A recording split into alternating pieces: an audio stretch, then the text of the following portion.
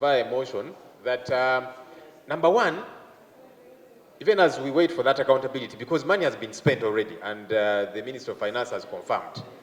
But one, that we halt as Parliament paying any more money to Lubowa Hospital. Because they are not accountable, we cannot access to see what's happening there.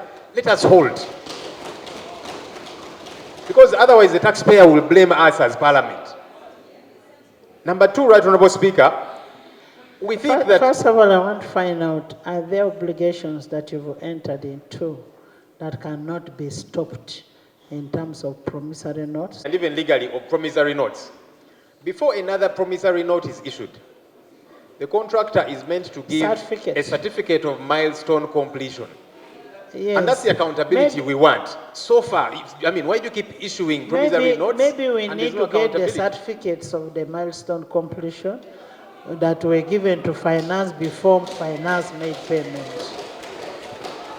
Thank you, Right Honourable Speaker, and that's part of the accountability that we are demanding as Parliament. Right Honourable Speaker, I think it would be prudent, and as colleague gave information, we have got hospitals in this country. There is information. Oh, yes, please. Thank you, Right Honourable. Executed in 2 years. And it is now coming to 7 years since this work began. I don't know if we are still going by the same contract and the same agreement and understanding that was presented to this House when we secured 396 billion shillings to facilitate that work to start. The work was supposed to be concluded in 2 years, had to be handed over to the government of Uganda after 8 years, and I don't know if that contract still stands. Thank you for this engagement, Right Honourable Speaker.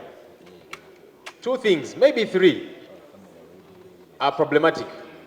One, the scope of the work was actually lessened, and yet the amount of money was increased. It does not quite make sense, because if the scope is lessened, then the money should lessen. However, that revised agreement has never been tabled here in Parliament.